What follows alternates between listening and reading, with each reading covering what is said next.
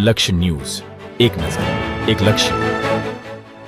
ભારત પાકિસ્તાન વચ્ચે ચાલી રહેલા આ કટોકટીના સમયમાં આપણા દેશમાં જરૂરિયાતના સમયમાં યોગ્ય સમયે ઝડપી બ્લડ મળી રહે તે માટે દેશભરમાં અત્યારે બ્લડ ડોનેશન કેમ્પનું આયોજન કરવામાં આવી રહ્યું છે. ત્યારે મહેસાણા તાલુકાના જોરણંગ ગામે જોરણંગ સાર્વજનિક હોસ્પિટલ ખાતે પ્રાથમિક આરોગ્ય કેન્દ્ર આંબલિયાસણના સહયોગથી બ્લડ ડોનેશન કેમ્પનું આયોજન કરવામાં આવ્યું હતું, જેમાં મોટી સંખ્યામાં બ્લડ ડોનેટ કરવામાં આવ્યું હતું. હોસ્પિટલના મંત્રી વિપુલભાઈ પટેલ દ્વારા માહિતી આપવામાં આવી હતી. સિદ્ધરાજસિંહ ઠાકોર, મહેસાણા. આજે શારદાબેન સાર્વજનિક હોસ્પિટલ જોરણંગ તાલુકો જિલ્લો મહેસાણામાં રક્તદાન કેમ્પ પ્રાથમિક આરોગ્ય કેન્દ્ર આંબલિયાસણ અને મહેસાણા જિલ્લાના સહયોગથી આયોજિત કરેલો હતો.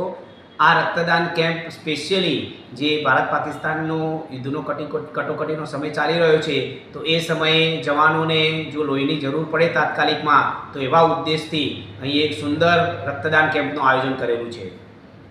આજે રક્તદાન બોટલ કેટલી એકત્ર કરવાનો ટાર્ગેટ છે અને આજના જે રક્તદાન થઈ રહ્યું છે તો કોના માધ્યમથી આયોજન કરવામાં આવ્યું છે? ટોટલ અમારો ટાર્ગેટ 50 જેવી બોટલોનો છે. અત્યારે લગભગ 25 બોટલો થઈ ગયેલી છે. હજુ મારે પણ બ્લડ આપવાનું બાકી છે, સ્ટાફમાં ઘણાને આપવાનું બાકી છે, એટલે 50 જેવી બોટલો લગભગ તો થઈ જશે. અને આ આયોજન મેં કહ્યું એમ જિલ્લાની ટીમ દ્વારા પ્રાથમિક આરોગ્ય કેન્દ્ર આંબલિયાસણ અને શારદાબેન સાર્વજનિક હોસ્પિટલ જોરણંગના સહયોગથી આયોજિત કરેલો છે.